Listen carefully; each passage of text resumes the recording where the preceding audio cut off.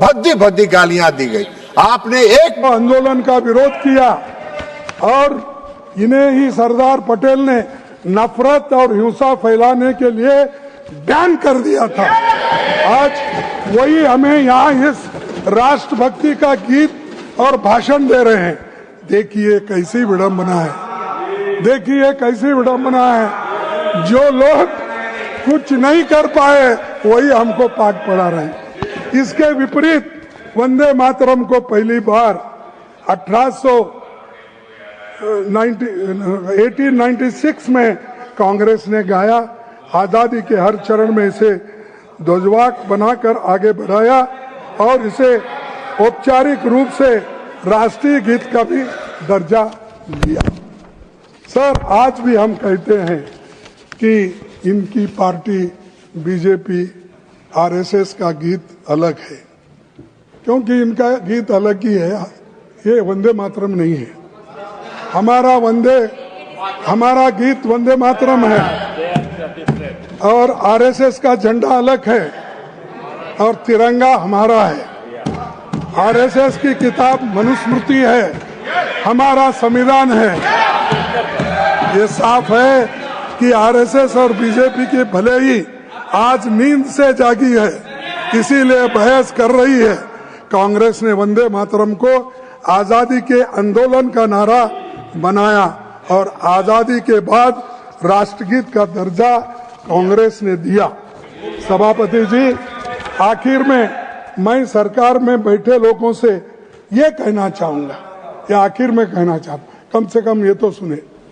आखिर में मैं सरकार में बैठे लोगों से कहना चाहूंगा कि असत्य फैलाकर राष्ट्रीय नायकों पर कीचड़ उछालकर अपनी विफलताओं पर पर्दा डालने का काम बंद कीजिए।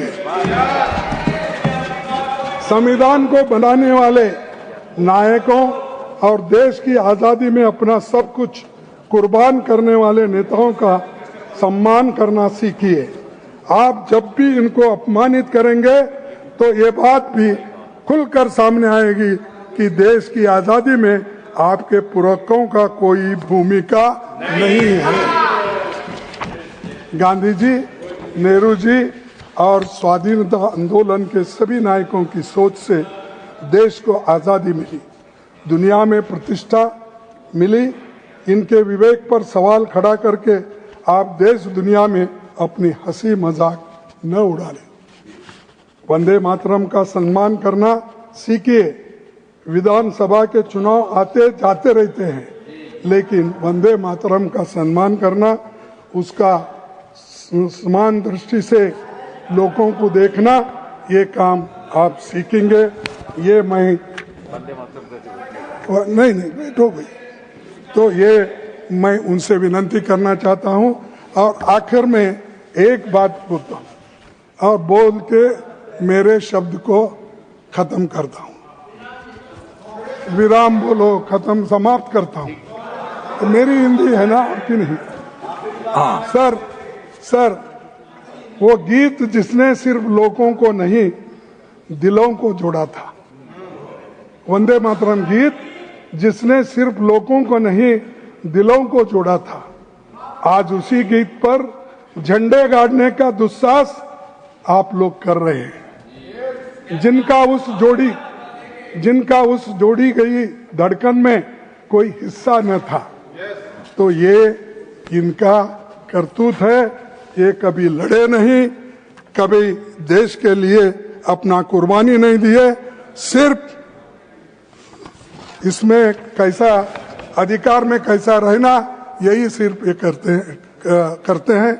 इसीलिए मैं अपने बात को विराम देते हुए, और एक बात उन्होंने उठाई थी कि ये 1994 में यहाँ पर जो नेशनल एंथम और वंदे मातरम का जो हुआ था, तो यहाँ पर हमारे पार्लियामेंट में ये हुआ था, और वो भी हमारे नरसिंह राव जी जब थे या कांग्रेस पार्टी के थे, उस वक्त ये गीत दोनों आए और इसी से हम स्टार्ट। तो इसीलिए मैं आपका आभारी हूँ और आप इतना समय दिए। लेकिन आखिरी में इतना करता हूं, देश को मजबूत रखना है, देश एक रखना है, इसीलिए वंदे मातरम हम सबका मंत्र होना चाहिए। यही कह के मैं अपने सब शब्दों को समाप्त करता हूं। धन्यवाद। श्रीमान सुगंध शेखर राय, श्रीमान सुगंध शेखर राय। धन्यवाद अध्यक्ष।